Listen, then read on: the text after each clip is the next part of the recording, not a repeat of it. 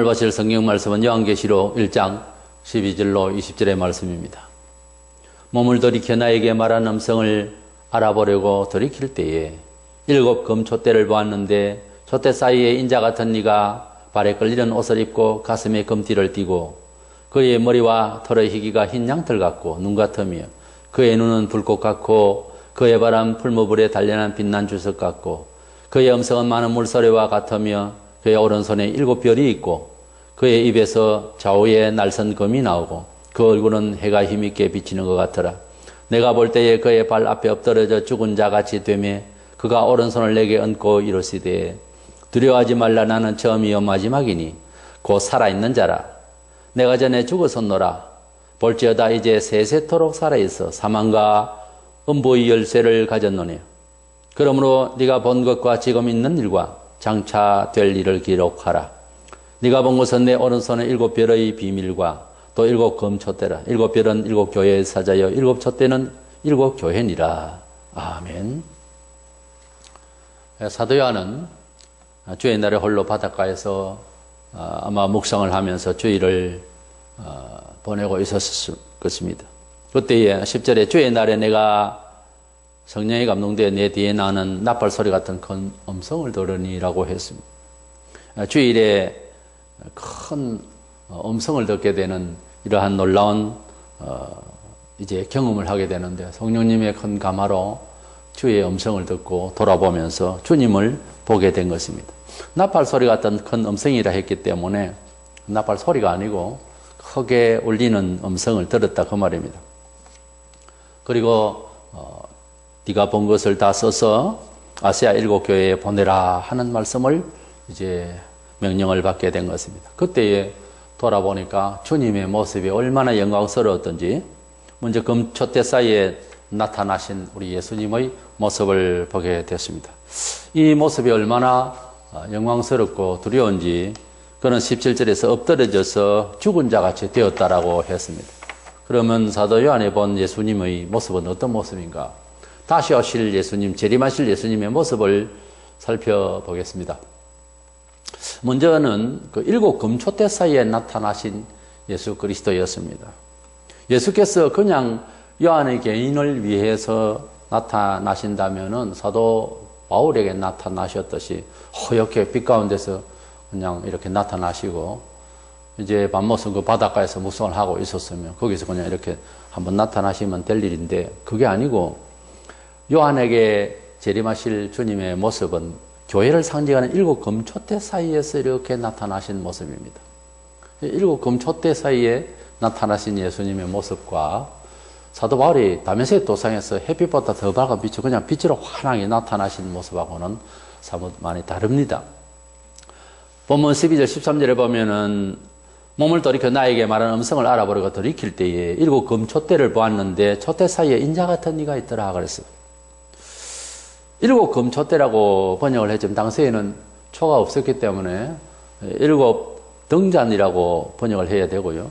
구약시대에 지성소 들어가기 전에 성소가 있죠. 그 성소 안에는 7개의 뭉치로 되어 있는 그런 등잔이 있었습니다. 항상 밝히고 있었죠. 안이 막으로 이렇게 덮여져 있기 때문에 그렇게 7개의 뭉치로 되어 있는 등잔이 있었습니다. 출애굽기 25장 37절에 등잔 7을 만들어 그 위에 두어 앞을 비추게 하며 이런 말씀이 있습니다. 등잔이 그 성막을 비추듯이 영적으로 우리 교회는 세상을 비추는 빛의 역할을 할 것을 영감적으로 보여주고 있습니다. 20절에서 7 촛대는 7 교회니라고 하는 말씀을 봐서 7 교회는 즉 교회는 세상을 향하여서 빛이 된다는 거죠. 마태복음 5장 14절에 제자들에게 주님이 너희는 세상의 빛이라 그랬어요. 이것은 우리 성도들이 우리 교회가 세상에서 영적으로 어렵고 밝은 빛을 발산하고 삶을 보여줘야 된다는 것이죠. 이렇게 금촛대 사이에 나타나신 예수님을 보게 된 것은 사도 요한만 보게 된 겁니다. 그래서 많은 제자들이 있고 특별히 12제자가 있고 사도 바울까지 있지만은 다시 오실 예수 그리스도의 모습은 사도 요한만 보았다는 사실이죠. 이 모습에서 우리가 한두 가지 생각할 것은 계시를 위해서 나타나신 예수님은 일곱 등잔 사이에 교회를 상징하는 일곱 교회를 상징하는 일곱 등잔 사이에 촛대 사이에 나타나셨다고 하는 것은 이것은 이 계시를 교회를 위한 교회의 승리를 위한 말씀이다 그 말입니다. 이 계시는 이 세상 사람들이 알아듣고 어떻게 대처를 하고 물론 그래야 됩니다. 그렇지만은 먼저 교회가 이 말씀을 듣고 봐야 되고 그 계시가 바로 교회를 위한 계시다라고 하는 이런 차원에서 주님이 일곱 등잔 사이에 나타나신 공중에 그냥 나타나신 것이 아니고요. 예수께서는 마태복음 16장 18절에 내 교회라 교회를 예수님께서는 내 교회라고 그랬습니다. 교회가 2000년 동안 기독교의 역사를 보면은 교회가 세상에서 빛이 되었던 때와 또 오히려 어두운 세계가 되는 이런 사회로부터 지탄을 받는 이런 내용은 왜 이렇게 되어졌는가? 주님의 교회를 생각하고 주님을 위한 교회가 되었을 때는 사회에 오히려 교회가 빛이 되었었어요. 우리가 하나님께서 말끝마다 듣고 순종하면은 그 말씀대로 살면은 세상에 또 나와 세상이 좋아집니다. 그런데 교회를 내 교회, 우리 교회 인본화되면 그때부터 시작해서 교회가 잘 되는 것이 아니라 사회까지 교회가 잘못하게 되는 이런 상황이 연출이 됩니다. 반드시 우리는 교회의 대표는 장로고 교인의 대표는 장로고 교회의 대표는 목사고 교회의 주인은 예수님이라고 하는 사실을 꼭 명심해야 됩니다. 교회는 주인이 예수님이십니다. 교인의 대표고 장로지 장로가 교회 주인 아닙니다. 그리고 교회를 대표해서 사회나 교회 사회에 나가는 사람은 당회장이라고 소개하는 목사, 담임 목사입니다. 그러나 그도 교회의 주인은 아닙니다. 교회의 주인은 일곱 등잔 사이에 나타나신 예수님이 교회의 주인입니다. 그런 뜻을 보여주고 있죠. 그래서 말세에 처할 우리의 모든 교회 행편에 주님을 모셔야 된다는 거예요. 그 주님이 교회에 항상 함께 하신다 그런 뜻의 그림인 것입니다. 그리고 또 예수님은 교회 가운데 항상 함께 하셔서 주관하신다 하는 뜻으로 그렇게 나타나신 것입니다.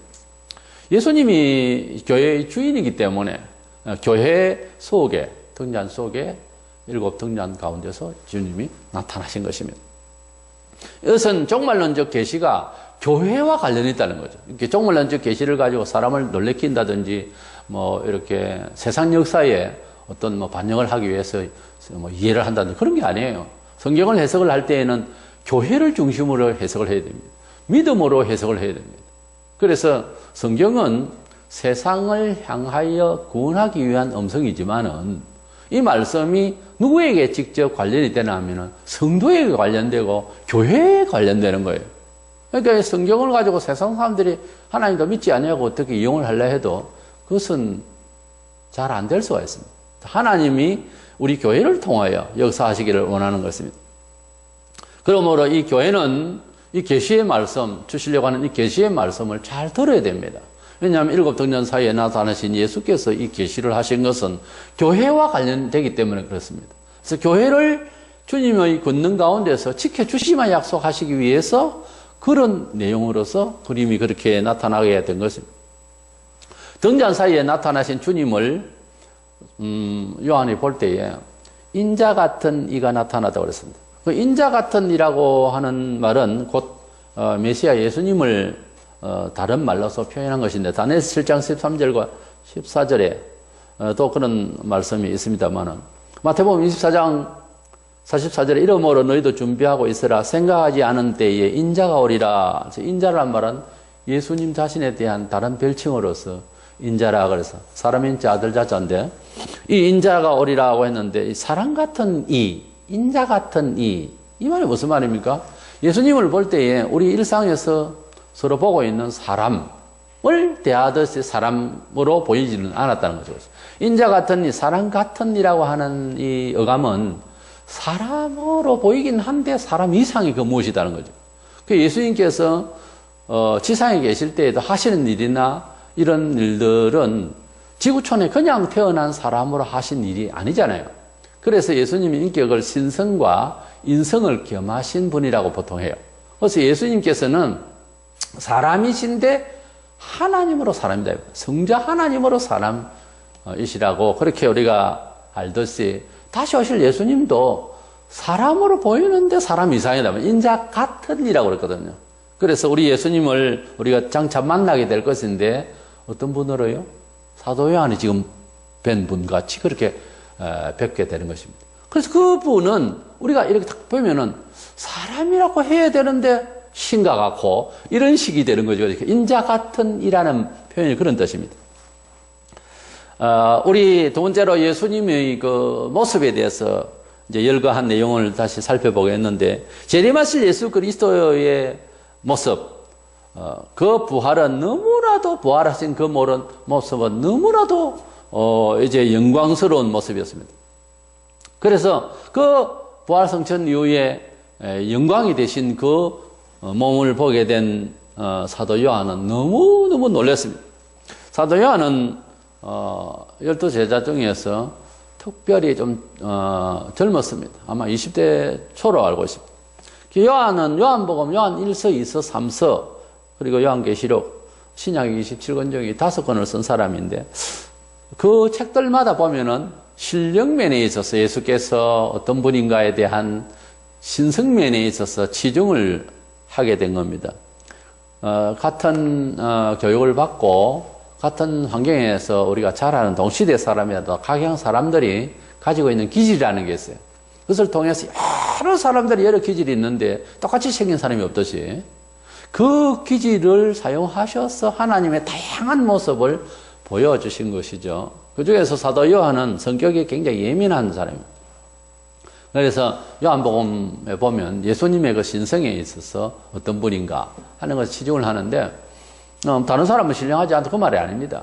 그런데 그 면적을 많이 보았다는 거죠. 그래서 예수님은 하나님의 아들이시다. 요한복음 그 제목이 그렇습니다. 하나님의 아들이다, 구주다, 능력자다 이렇게 다른 말로 표현할 수 있는데 예수님은 성자 하나님이시다.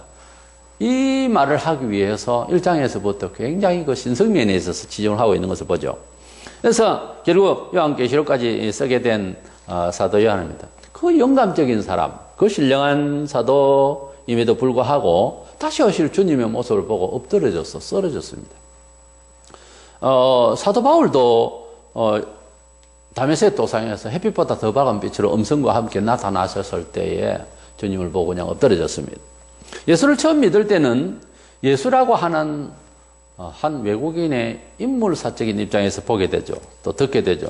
근데 조금 더 깊이 알게 되면은 그분의 그 출신과 업적에 대해서 좀 관심을 갖게 되겠고 또 깊이 생각하고 신앙생활이 깊어지면은 예수님이 성자 하나님이 되신다 하는 것을 알게 되고 예수님은 처음에 내가 생각했던 분과 다르게 그 영광과 존귀하심이 너무나도 귀하다, 너무나 높으시다 이런 생각에 압도되는 거죠.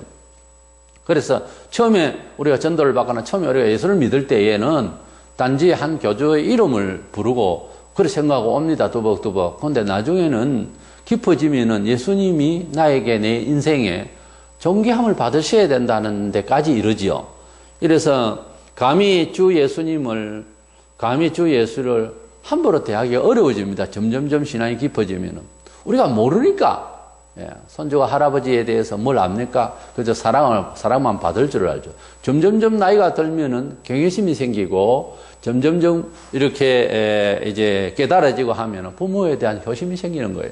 나이가 그만큼 찼는데도 부모를 모른다는 것은 이건 큰 문제입니다. 자기를 잘 돌아봐야 되는 거죠. 우리 예수님은 어떤 모습인가 8가지로 표현이 되는데요. 상세히 더 봤지요. 사도 요한이 예수님을 보아도 이 사람 성격이 드러납니다. 이렇게 사람을 탁 보면 이마에서부터 시작 발끝까지 이게 한 번에 착 이렇게 보면 보이긴 하지만은 늘 뭐 우리가 사람들을 보고 다니지만은 유독히 한 번 순간 0.0 몇 초만 탁 보는데도 단방에 이렇게 보는 눈은 우리에게 사실은 유익합니다. 볼 걸 봐야 되니까 보기 위해서 눈이 생긴 것 아니겠어요? 그런데 사도요한은 참 상세히도 봤습니다. 그 주님을 보고 팍 엎드려졌는데 다시 이제 주님께서 얼굴을 들 수 있도록 하셨겠지만은 순간적으로 본 그 지식이 인식 능력이 대단한 거예요. 자, 첫 번째로는 주님의 모습이, 다시 오실 주님의 모습, 발에 끌리는 옷을 입으시고 가슴에 검띠를 하신 모습이 보였습니다. 그러니까 사도 요한의 눈이 주시가 엎드려진 상태에서 이렇게 보는 겁니다. 위로 이렇게 보니까 이제 발부터 보이는 거죠. 이렇게 이제 보게 되는 겁니다. 그랬을 때에 주님은 지상에 계실 때 가난한 자들을 생각하시고 사실 간소한 이복을 가지고 사셨고, 십자가에 돌아가시기 전에 군병들이 주님께서 평소 입으시던 옷까지 벗겨갔습니다. 주님께서 야마 18장 37절에 친히 왕이라고 하신 말씀을 비웃기 위해서 그 사람들은 왕을 상징하는 홍포를 입힌 후에 가시 면류관을 씌우고 온갖 조롱을 멸시를 당하고 침을 뱉고 갈대를 빼앗아서 주님의 머리를 쳤습니다. 온몸은 피투성이로 그렇게 마지막을 했습니다. 이제 주님은 그런 주님으로 우리에게 오실 분이 아닙니다. 다시 오실 때에는 고요한 밤에 말구유에 나실 때처럼 무슨 그런 지상에 계실 때 초췌한 모습처럼 그런 모습으로 오시지 않습니다.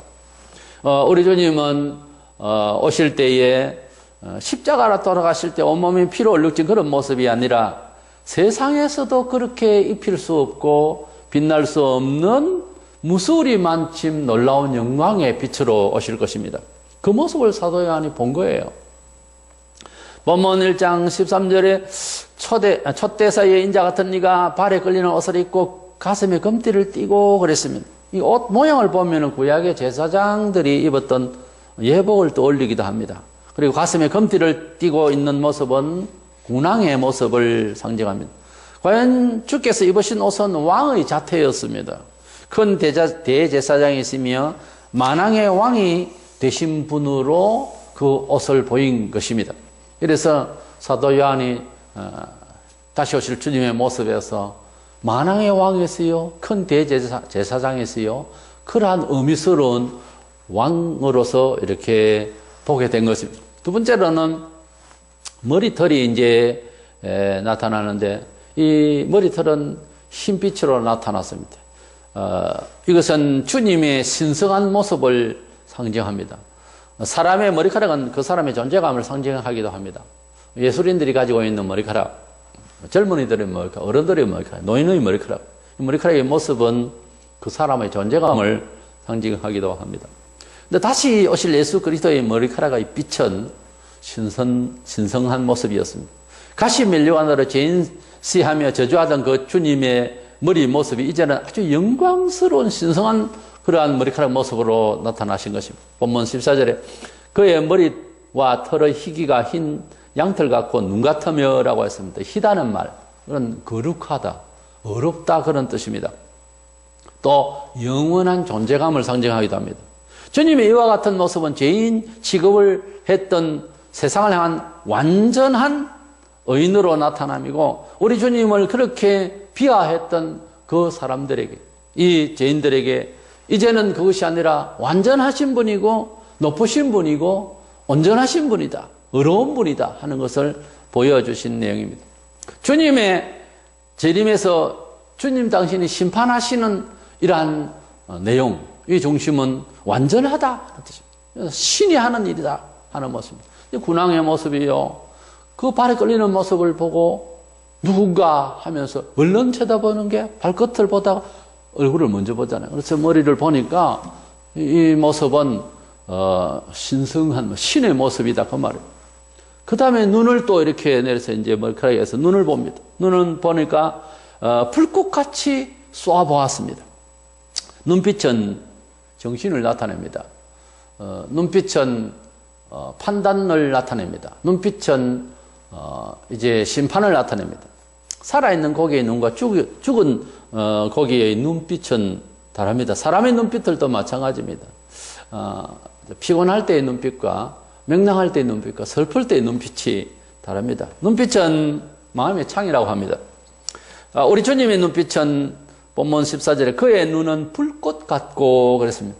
불꽃이라고 하는 이것은 심판의 눈빛을 상징하고 전지하시다, 모르는 거 없으시다 하는 뜻을 보여줍니다.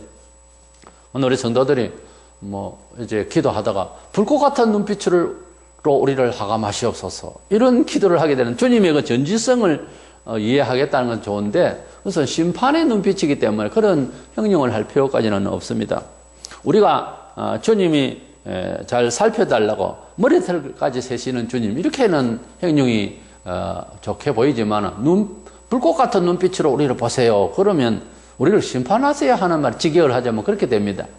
어쨌든 주님의 그 눈빛을 봤을 때, 요한이 봤을 때 불꽃처럼 타고 오셨다는 거예요. 그러니까 그 앞에서 거짓말 못 한다는 거죠. 그래서 주님이 반드시 바르게 심판하러 오시는 그런 모습이었습니다. 모르는 것이 없는 눈빛으로 보이더라 그 말이죠. 지금 요한이 보고 있는 불꽃 같은 이 눈빛은 영혼 상태를 아주 확실하게 내다보고 있는 그런 쏘아보는 눈빛이었습니다. 그 다음에 발을 볼 때에는 빛나는 주석 같다 했습니다. 우리 주님은 초림하셔서 우리 죄를 위하여 양발에 못 박혀 대속의 죽음을 받으셨습니다. 너무도 연약한 자같이 보였었습니다. 그러나 이제는 재림하실 예수 그리스도는 주석처럼 그 엄위한 무게의 지배적 힘으로 세상을 심판하러 오시는 분임을 보여주고 있습니다. 본문 15절에 그의 발은 풀무불에 단련한 빛난 주석 같고라고 했습니다. 발이 주석이 아닙니다. 주석 같으라 그랬어요. 그만큼 육중한 다리의 모습이었습니다.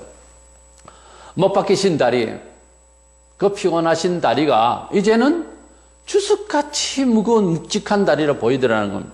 이것은 육중한 장군의 훈련된 단단한 발과 같이 그렇게 이제 힘 있는 발로 보였습니다. 무엇이나 무찌를 수 있는 발의 힘을 떠올려 봅니다. 그 견고하신 주님의 발은 세상을 지배하는 넉넉한 힘을 가진 발로 보였습니다. 빌립보 2장 10절에 하늘에 있는 자들과 땅에 있는 자들과 땅 아래에 있는 자들로 모든 무릎을 예수의 이름에 꿇게 하시고 그랬습니다. 우리가 그리스도께서 이 세상에 오셔서 여러 가지 이제 환난을 당하시고 어려움을 당하셨는데 그 발이 이제는 감히 그 앞에서 어쩔 수 없이 무릎을 꿇을 수밖에 없는 그런 장군이 바로 앞에서 와서 사병이 무릎을 꿇어야 되는 그런 모습.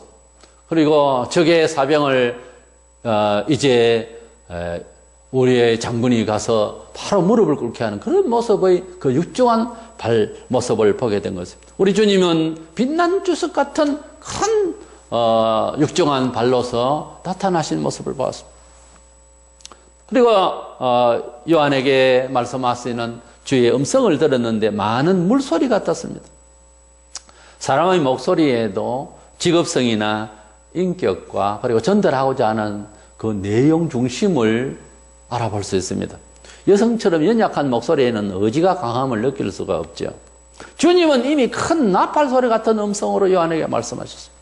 그리고 본문 15절에 그의 음성은 많은 물소리 같으며 그랬습니다. 음성의 질적 면에 있어서 많은 물소리 같은 이런 표현은 신성한 소리를 뜻합니다. 그러니까 일반적 목소리가 아니고 우리가 무슨 영화를 만들거나 이제 소리를 이제 신성한 소리를 할 때는 물결처럼 흐르는 소리를 하죠. 그래서 좀 불가항적이고 신성하고 사람의 소리를 넘어선 그런 신의 음성을 표현하고자 할 때는 이렇게 약간 울림이 있는 소리를 하죠. 많은 물소리처럼 들리더라. 시편 29편 3절 4절에 여호와의 소리가 물 위에 있도다. 영광의 하나님이 우레소리를 냈으며 여호와는 많은 물 위에 계시도다. 여호와의 소리가 힘 있음이여 여호와의 소리가 위엄차도다. 그래서 일반적 소리와 단음으로 나오는 것이 아니고 이제 많은 물소리가 울리듯이 그렇게 소리가 들리더라. 에스겔 32장 2절에 이스라엘 하나님의 영광이 동쪽에서부터 오는데 하나님의 음성이 많은 물소리 같고 땅은 그 영광으로 말미암아 빛나니 그런 말씀이 있습니다. 여호와의 말씀, 예수님의 말씀은 신성의 소리로 많은 물소리 같이 들리더라. 주께서 세상에 계실 때는 주의 음성을 듣고도 사람들이 반항을 하고 무시하고 듣지도 않고 했지만은 이제 재림하실 주님의 음성은 신성한 소리로 들려진 것처럼 불가항적으로 악인들을 굴복시킬 그런 음성으로 말씀하실 것입니다. 목소리는 전달의 내용에 대한 저항력을 억제하는 힘이 작용하기도 합니다. 목소리에 힘이 있어야 한다는 뜻은 단지 큰 소리가 아니라 음성의 더 진정성이 얼마나 더하느냐에 따라서 힘이 생기는 법입니다. 하나님의 말씀은 많은 물소리처럼 들리더라. 이 신성한 음성이 우리에게도 본이 되어서 삶에 있어서 우리가 무엇을 발표를 하거나 또 주장을 할 때에 그 하는 말 내용에서 신성한 소리가 들릴 만큼 저항력이 강하고 압도하고 불가항적인 그런 말씀을 우리가 말을 할 수 있도록 이렇게 하는 것이 우리의 주님의 음성 닮은 소리가 아닌가 하는 것입니다. 여섯 번째, 예수님의 그 오른손에는 7별이 있었다고 했습니다. 손은 우리 일상에서도 그렇게 표현을 합니다만 행위를 상징하죠. 그래서 손 뗐다 그러면 그런 일을 안 한다 그 말이에요. 우리 주님의 이 손, 이것은 어떤 행위를 상징하는데 영향력을 얻어하기도 합니다. 그런데 오른손이라 할 때는 권위를 상징하죠. 오른편, 오른손 할 때는 권위와 구원을 상징합니다. 본문 16절에 그의 오른손에 7별이 있고 그랬습니다. 7별은 7교회의 사자들이라고 20절에 설명을 하고 있습니다. 그러니까 주의 종들을 오른손으로, 그러니까 권능으로 붙들고 역사하신다 그런 뜻이에요. 그러니까 교회의 책임자는 주님의 장중에 붙들려야 된다 그런 뜻이에요. 그러니까 하나님의 종은 주님의 말씀 안에서 붙들려 살아야 된다 그런 뜻이에요. 교회는 하나님의 말씀 안에 붙들려 살아야 된다 그 말이에요. 그렇지 않으면은 주님의 주인 되신 교회가 아니라 그 말이에요. 그럼 사람 교회가 되고요. 하나님의 말씀을 순종하는 게 주님의 주인 되신 교회입니다. 그렇지 않고 주님은 없고 우리 목사의 교회, 우리 장로의 교회고 사람의 손에 의해서 이 농락을 당한다 하면 그건 교회가 주님의 교회는 아닙니다. 오직 주의 진리와 의도에 붙들려 목회를 하고 사람을 다스릴 수 있어야 됩니다. 그래야 주님의 교회로 주님의 권능 아래에서 양떼들이 은총을 받고 누릴 수가 있습니다. 말세의 환란 중에 특별히 주의 종들이 주의 장중에 주의 손에 붙들려 있어야 됩니다. 이것이 주님이 당신의 교회를 향한 의지입니다. 그렇게만 되면 주님이 지켜주신다 그 말이에요. 7번째, 입에서 좌우의 날선 검이 나왔습니다.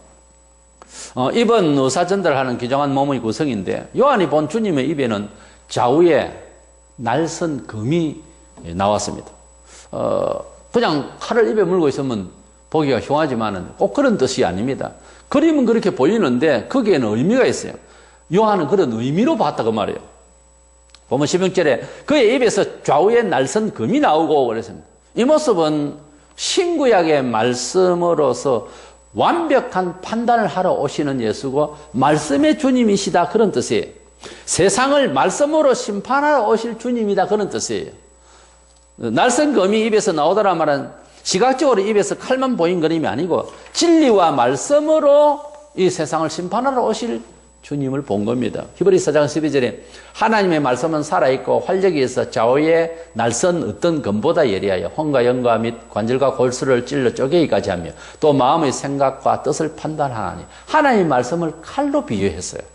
그러니까 성경을 볼 때에 그림만 이렇게 보고 그림을 그렇게 그려서 예수를 이해하는 것은 아닙니다.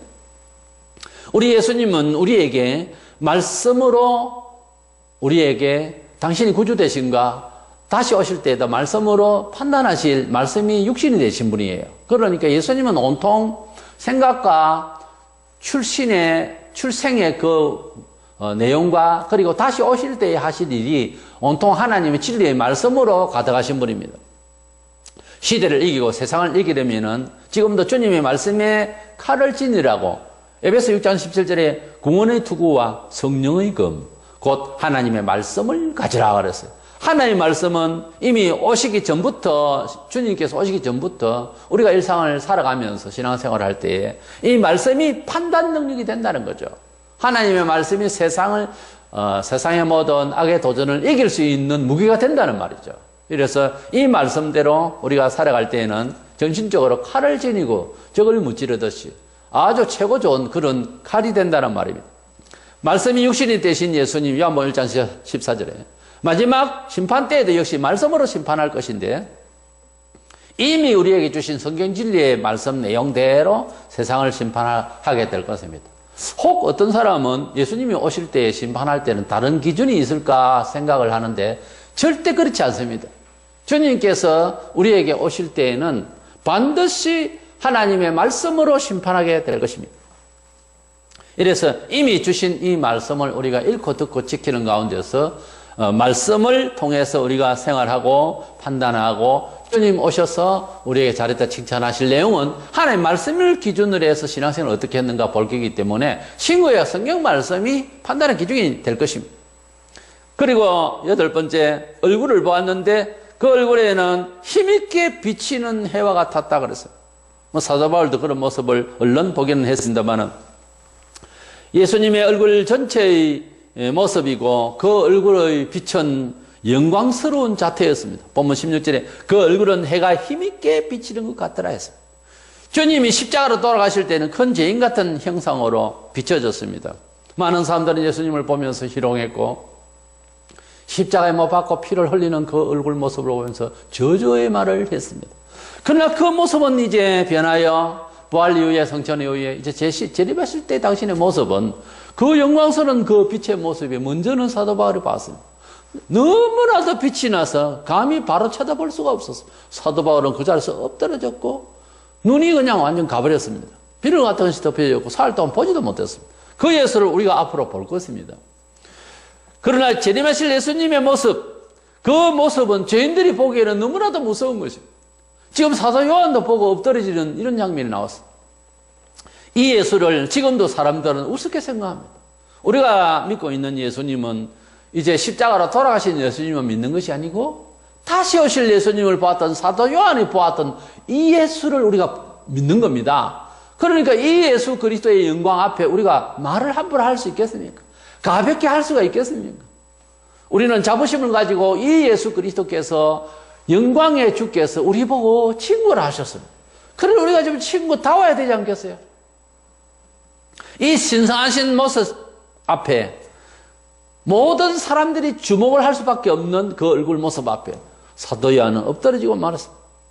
마태복음 17장 2절에 우리 주님께서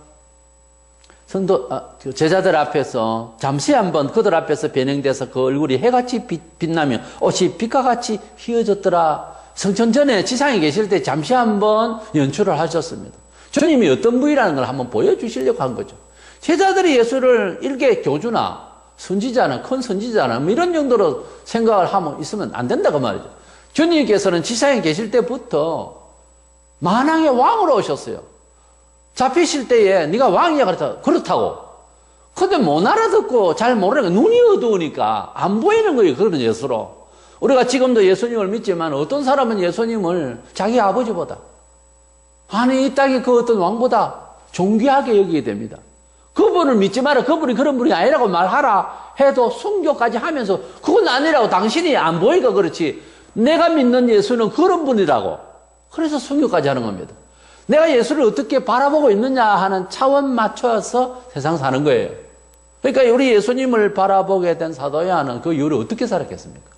그 모습을 본 사도 요한은 미리 그렇게 알고는 있었지만 이 모습을 보고는 어떻게 살았겠냐고요. 바로 이 예수를 우리가 기다린다 그 말입니다.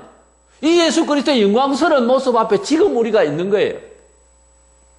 주님이 이 모습은 우리 모든 성도들이 사는 동안 조금이라도 닮아야 할 모습입니다. 너무 크신 그 영광을 그래도 우리는 조금 닮아야 됩니다. 마태복음 13장 43절에 그때의 의인들은 자기 아버지 나라에서 해와 같이 빛나리라. 귀 있는 자는 들으라고 그랬어요. 우리가 해와 같이 빛나리라고 하신 주님의 말씀은 당신을 말씀하시는 것이 아니라 우리 보고 하는 말입니다. 우리가 주님을 닮아서 우리가 주님처럼 부활한다고 그랬는데요. 달과 태양과 별들이 영광이 다르듯이 우리는 그렇게 빛나리라고 했어요. 근데 주님처럼은 안 돼도 그러한 모습으로 빛나는 모습이 되어야 되려면은 주님을 닮아야 되겠죠. 세상의 영광의 빛, 세상에 뭐 분칠을 하고 그냥 옷을 입고 멋을 부리는 그런 빛이 아니라 주님의 모습의 빛을 우리 인격에, 우리 삶에, 우리 태도에 보여야 되는 것입니다. 밤이 어두울수록 별이 빛나듯이 성도는 어떠한 상황에 처해도 주님의 영광을 덧입고 얼굴빛의 주의 모습을 우리도 조그만이라도 드러낼 수 있어야 됩니다. 하나님의 백성의 얼굴에서 실패와 좌절, 저주스러운 모습, 거지 같은 모습이 나와도 되겠습니까? 적어도 하나님의 백성이라면 사는 태도에 있어서 영광을 본 주님의 모습을 그래도 보여야 됩니다. 우리가 누구를 보았느냐에 따라서 또 구경을 가고 여행을 해도 어디서 무엇을 보았느냐에 따라서 갑자기 얼굴이 그것을 반영하게 됩니다. 놀란 사람은 놀란 것을 본 것을 얼굴에서 보여요. 주님을 봤으면 주님의 모습을 보여라 그 말이에요. 그게 자연스러운 거예요. 근데 주님을 늘 믿는다 하면서 얼굴은 거짓이 가지고서 세상의 사람으로 거듭나지 않는 사람같이 보인다면 그게 정상이냐고. 하나님을 본 사람이라면 하나님의 빛을 뭘 보여야 될 것 아니에요. 그러니까 주님의 모습을 담는다는 말은 그것은 시나 무슨 문학이 아닙니다. 그것은 실생활 소리에 인기 위해서 보여야 돼요. 우리가 세상에서 좋은 것을 바라보면 참 좋다라고 하는 얼굴을 보이잖아요. 놀란 것을 보면 얼굴에서 벌써 경직되어 놀래잖아요. 좋은 데를 구경하고 왔으면 얼굴에서 벌써 며칠간이라도 좋은 얼굴이 나옵니다. 마찬가지인 거예요. 우리가 주님을 보았습니까? 어떤 주님을 보았습니까? 듣기만 했습니까? 그래서 우리 주님을 만난 사람이라면, 이런 영광의 주님을 만난 사람이라면 삶의 태도에 있어서 영광의 주를 본 사람 마냥 적어도 그런 모습은 보여야 되지 않겠어요? 한 번도 본 사람 아닌 것 같이 산다면 이건 너무 답답한 일이죠. 주님의 모습을 우리가 억지로 보이자는 건 아니에요. 그 주님을 만나야 되는 겁니다. 다니엘서 12장 3절에 지혜 있는 자는 궁창의 빛과 같이 빛날 것이요 많은 사람을 옳은 대로 돌아오게 한 자는 별과 같이 영원토록 빛나리라.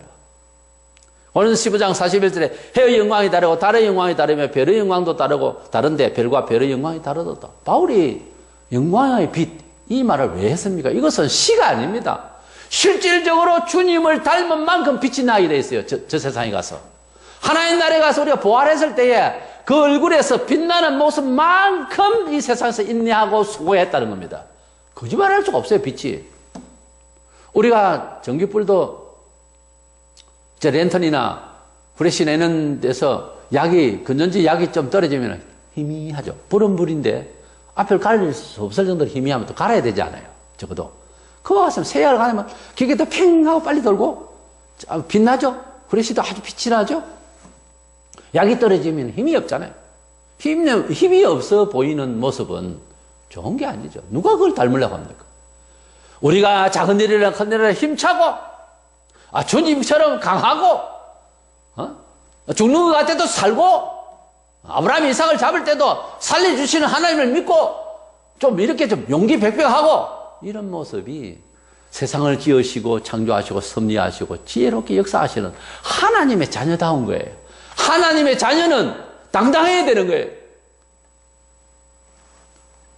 이제 주님을 사도 요한에 본 것은, 세 번째로 생각할 것은 사망과 음부의 열쇠를 가지고 나오시더라고요. 그 모습은 바로 사망, 마귀를 완전히 지배하는 이 세상의 모든 악의 조건과 악의 세력을 악하니 지배하는 열쇠를 가지신 심판주로 오시더라는 거예요. 지옥의 심판을 딱 가지고 왔다 그 말입니다. 그러니까 우리 성도들이 그 주님을 바라볼 때는 나에게 이제는 지옥의 심판, 마귀의 세력, 이 모든 것들을 주님이 잡고 역사하시는 우리 주님을 내가 믿어야 되겠다, 의존해야 되겠다, 이런 생각을 하라 그 말이에요. 예수께서 영광스러운 모습을 지니시고 세상에 오시면 지옥 세력, 마귀의 세력과 그 지옥의 어둠과 세력을 지배하시는 분으로 오십니다. 사망과 음부의 열쇠를 가지고 오시는 모습은 주님은 이 어둠의 세력을 지배하시는 완전한 승리자이심을 보여주는 것입니다. 본문 18절에 이제 세세토록 살아있어 사망과 음부의 열쇠를 가졌노니라고 했습니다.